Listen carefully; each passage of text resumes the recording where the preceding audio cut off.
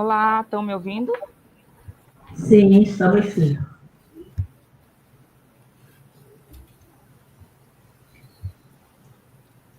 Boa noite a todas as pessoas. Eu me chamo Nariane Ramos, sou quilombola da comunidade Porto Calvário, que fica localizada em Vila Bela da Santíssima Trindade, Mato Grosso.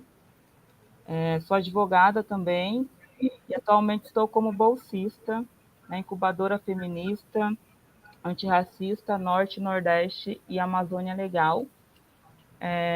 E tenho desempenhado algumas responsabilidades coletivas e participativas, um pouco também no âmbito jurídico, dialogando com os movimentos sociais quilombolas.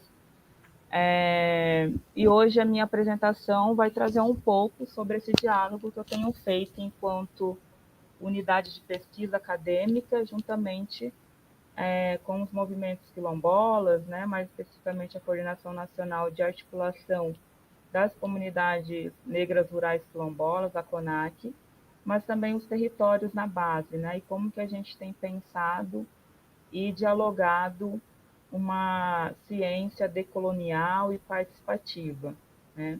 Eu vou trazer um pouquinho dessas experiências jurídicas interseccionais que dialogam aí com a realidade também dos territórios e das permanências, né, das mulheres quilombolas dentro desses espaços acadêmicos.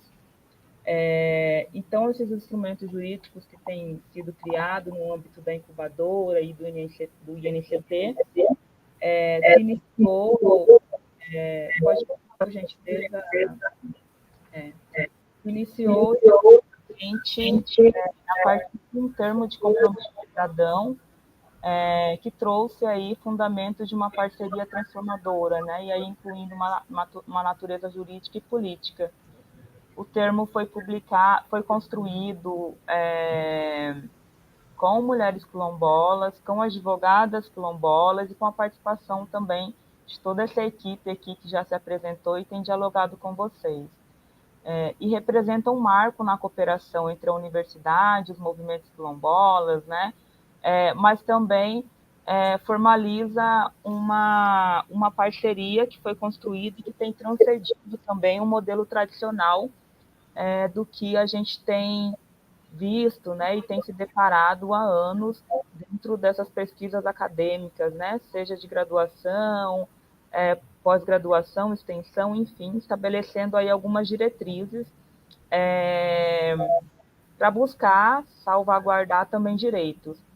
Então, o termo ele cria uma estrutura de governança colaborativa, né, através de um conselho incubador à sociedade, garantindo aí que as decisões sejam tomadas de forma participativa, respeitando a autodeterminação das comunidades quilombolas, mas não especificamente se limitando às comunidades quilombolas, né, mas dando também, abrindo portas para as outras comunidades, para as demais comunidades tradicionais que são territorializadas, né, seja no âmbito rural como também urbana. Pode passar, por gentileza. E aí, enquanto direitos, né, que eu comecei a dizer, e os direitos salvaguardados pelo termo de compromisso, a gente tem a consulta livre prévia informada, que é um direito dos povos tradicionais de serem consultadas, independentemente das políticas públicas, sejam elas, né, educacional, no âmbito da saúde, de infraestrutura, mesmo que seja para beneficiar esses povos, esses povos, as comunidades têm que ser consultadas, né? Também leva em consideração os direitos territoriais e culturais, então a gente prevê ali a proteção das territorialidades reconhecida pela Constituição de 88 e também no artigo 68 da ADCT, e o nosso marco legal específico, que é o decreto 4887, ali respeitando as formas de organização das comunidades quilombolas, seus conhecimentos tradicionais. E também considera ali a participação paritária, né, assegurando a participação igualitária nas decisões sobre pesquisa, desenvolvimento de tecnologias sociais, garantindo tanto autoria, coautoria e proteção aí contra os usos indevidos, né, desses materiais que são coletados em campo dentro das comunidades. Pode passar, por gentileza. E aí o termo também, enquanto marco estruturante para tecnologias sociais emancipatória, segue outros princípios de participação e validação e reconhecimento, né?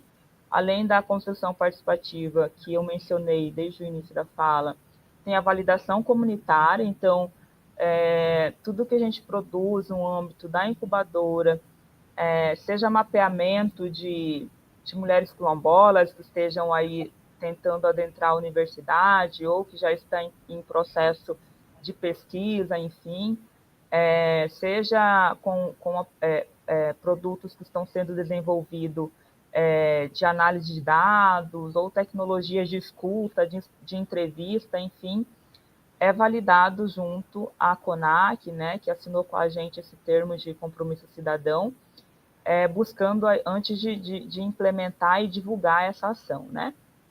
Enquanto também princípios fundamentais tem o reconhecimento intelectual dessas mulheres quilombolas, sejam as que estão fazendo parte da nucleação da incubadora, mas também as mulheres quilombolas que vão, de certa forma, participar, por exemplo, enquanto entrevistadas, né, ou enquanto ali uma atividade pontual que está sendo idealizada de forma coletiva, né? Então, o reconhecimento intelectual que garante a coautoria e os créditos a essas mulheres quilombolas pesquisadoras, né, em todas as suas produções científicas.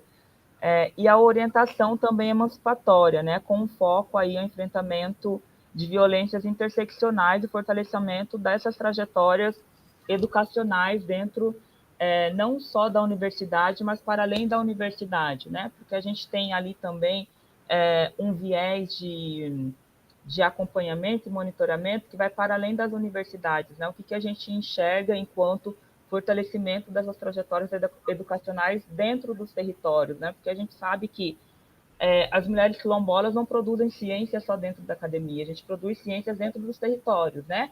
Seja ervas medicinais, né? Seja os artesanatos, seja os plantios, seja os sistemas de agroecologia, né? Ou de florestas ou de quintais produtivos.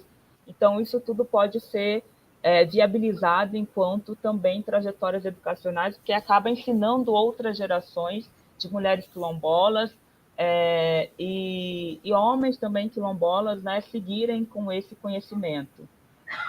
Então, é um marco que não apenas autoriza, né, mas obriga também que essas tecnologias sociais tenham um caráter emancipatório, decolonial e colaborativo, aí, rompendo com as práticas extrativistas que estamos acostumados a ver dentro dessas instituições acadêmicas. Pode passar, por gentileza. E aí, como que esse termo cidadão, por exemplo, ele contribui para as comunidades quilombolas, para as comunidades tradicionais e para as mulheres quilombolas, né, em si, especificamente, já que a gente está tratando aí da inserção e da permanência, né, dessas mulheres enquanto pesquisadoras, enquanto cientistas, né? Então, para as comunidades quilombolas, a gente contribui, né, de forma participativa com controle e representação. Então, tem a maior autonomia ali sobre como são pesquisadas e representadas academicamente, né? O patrimônio intelectual também, que é salvaguarda, né, ali, sistemática de conhecimentos tradicionais e produções culturais, a governança científica, né, que é essa estrutura institucional que influencia diretamente a produção científica, e o acesso tecnológico de tecnologias sociais aplicáveis que vão de encontro aí com a realidade do fortalecimento territorial.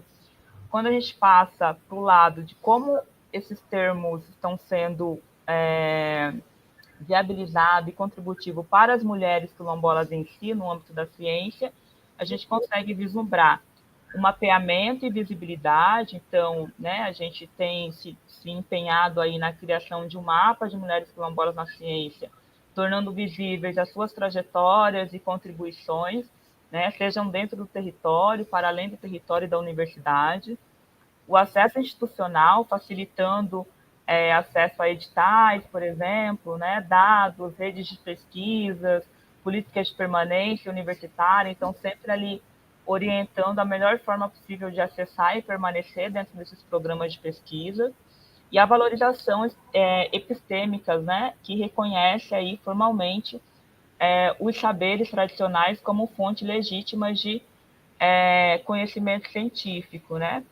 E aí isso desdobra, essa valorização epistêmica desdobra em várias áreas, né? Não só jurídica, psicológica, saúde coletiva, enfim, mas também vai transcendendo aí outras graduações de naturezas, né?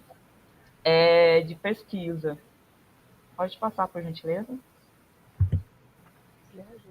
E para além do termo de compromisso cidadão, enquanto instrumento jurídico, a gente também construiu, né, o termo de referência de seção, proteção individual e coletiva, né, que é um termo que cede a imagem, voz, mas ao mesmo tempo busca ali a salvaguarda, né,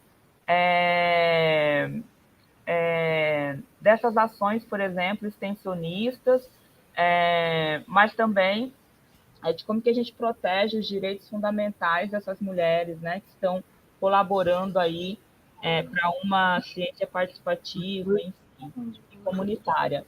Então, esse segundo instrumento, que é um termo de referência de seção de imagem e voz, ele busca a regulação de uso, né? Então, o controle sobre a imagem, voz, narrativas e conhecimentos tradicionais e intelectuais, o consentimento explícito, né, que a gente busca aí garantir que os dados, autorização dialogada e documentada com essas mulheres quilombolas, a proteção contra a exploração, né, desses saberes tradicionais, a proibição, por exemplo, do uso comercial ou desregistros e entrevistas a qual essas mulheres quilombolas deram aceite para participar, a soberania de dados também, né, que a gente busca aí uma política assertiva de depósito nacional, vedando envio a repósitos estrangeiros, e a devolutiva obrigatória, né, de toda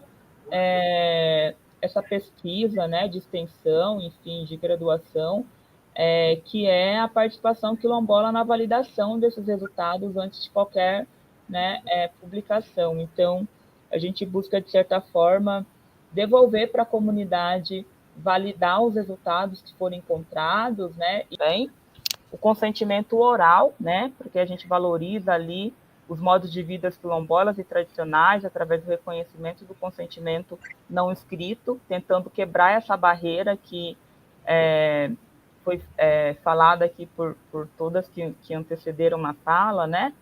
A gente prevê também o direito à revogação, possibilitando a retirada da autorização concedida anteriormente a qualquer momento do processo, né? Então, se não faz mais sentido para aquela comunidade ou para aquela mulher quilombola não fazer mais parte da pesquisa ou do projeto que está sendo desenvolvido dentro do território, e a devolutiva comunitária, né? Pode passar, por gentileza. E aí, como que esses dois instrumentos jurídicos se complementam, né, enquanto estratégias aí que a gente busca criar um ecossistema institucional, né, para tecnologias sociais, antirracistas, feministas e decoloniais. E aí, fazendo o comparativo, mas não se limitando também, o termo de compromisso cidadão, ele estabelece um marco geral de parceria institucional, estrutura de governança colaborativa, regras para uma pesquisa de ensino e extensão, a garantia de coautoria, né, e direitos intelectuais que devem ser dados, direcionamento político, bem viver, a interseccionalidade, fortalecimento dessas trajetórias de mulheres quilombolas e dentro das comunidades também. E aí, complementando esse instrumento mãe, né, o termo de referência, e aí a gente tem como complementariedade um instrumento operacional de proteção, procedimentos éticos de consentimento, né, de cessão aí de direitos, regras para registro e destinação de dados, proteção de imagem, conhecimentos tradicionais, e o direcionamento ético, né, que é a consulta livre, prévia informada, devolutiva, a conformidade aí com a legislação geral de proteção de dados. Então, tem uma sinergia institucional desses dois instrumentos, que a gente busca aí transformar as relações acadêmicas, né, tradicionalmente extrativistas e coloniais e hierarquizadas, e aí trazendo um processo mais participativo, seguro e legítimo pela comunidade, né? Considerando também que todos esses aspectos, né, que são buscados nos dois termos, nos dois instrumentos, né, enquanto um marco regulatório aí de uma ciência participativa cidadã. Pode passar, por gentileza. E aí, né, eu trouxe as contribuições desses instrumentos jurídicos para dentro da comunidade e também como que isso dialoga com as mulheres quilombolas que estão se inserindo ou que já fazem parte desse mundo acadêmico, mas também tem uns impactos que a gente pode visibilizar enquanto para dentro internamente, né, dessa extensão universitária, desses espaços acadêmicos, né? Então, esses documentos, esses instrumentos jurídicos para dentro da academia, né, fundamenta aí uma transformação estrutural na forma de produzir conhecimento científico e realizar essa extensão universitária, né? Então, a gente tem aí como viés a estruturação de uma ciência cidadã, né, que traz aí práticas científicas comprometidas com a justiça social e socioambiental também, racial e de gênero, a extensão enquanto uma devolução, né, porque a transformação da extensão em prática de reconhecimento e devolução de todos os dados que foram coletados dentro do território, rompendo com a lógica de apropriação, e a qualidade ética também, né, que eleva aí os padrões éticos das ações da incubadora e do INCT através desses procedimentos mais assertivos, né? Então, a gente busca a proteção contra o extrativismo, protagonismo das comunidades quilombolas e tradicionais e a legitimação comunitária aí, enquanto tecnologias sociais validadas, né, pelas comunidades. Pode passar, por gentileza. Então, em síntese, né, a institucionalização de uma ciência do bem viver, esses instrumentos jurídicos têm dialogado para representar ferramentas fundamentais que institucionalizam uma nova epistemologia científica, né? E aí a gente traz aqui alguns princípios, mas não limitando também, buscando preservar e salvaguardar a integral, né, o direito dessas comunidades, dessas mulheres quilombolas, as relações éticas estruturadas, estabelecendo aí as bases sólidas para a cooperação entre a universidade e o movimento quilombola, as tecnologias participativas como a fundamentação jurídica para a produção de tecnologias sociais legitimadas e colaborativas, fortalecimento comunitário, então, né, com essa contribuição efetiva para o empoderamento político, científico e acadêmico das comunidades, e a permanência dessas mulheres nas ciências, no acadêmico, criando condições normais para a permanência, ascensão e reconhecimento de mulheres quilombolas na academia, né? Então, esses documentos institucionalizam uma forma de fazer ciência e extensão baseada no bem viver, na autodeterminação dos povos, das comunidades, na justiça racial, socioambiental, de gênero, transformando estruturalmente aí as relações entre a academia e as comunidades. Então, hoje a minha participação foi trazer um pouco mais o âmbito jurídico para dentro da academia, né? Mas não se limitando também às novas instrumentalização que pode ser criadas ao decorrer aí de todos os avanços que a gente vai fazendo e vai ganhando também, né, participação comunitária, visibilidade da importância das mulheres quilombolas no âmbito da academia, enquanto pesquisadora, enquanto cientista. Então, a academia tem se adaptado também à realidade das comunidades e dos territórios e das necessidades também de proteção maior, né? Não só a proteção dos territórios, mas também a proteção da propriedade intelectual dessas mulheres quilombolas que sempre produziram ciências, né? sejam ciências de tecnologias sociais ou ciência acadêmica, né, no âmbito da academia. E aí eu fico aberta para dúvidas e complementação também. Meu muito obrigada. Muito obrigada. E para darmos continuidade à mesa, passamos então para a professora Zizeli. Fique à vontade. Boa noite a todas as pessoas que estão nos assistindo nesse momento, minhas familiares que estão assistindo, minhas colegas que estão aqui, professora Cândida, agradeço ao convite, professora Ana Luísa, estenda aí o convite aos agradecimentos a toda a equipe do NEP que fizeram esse evento acontecer, né? Por muitos anos carreguei muitas cadeiras, estive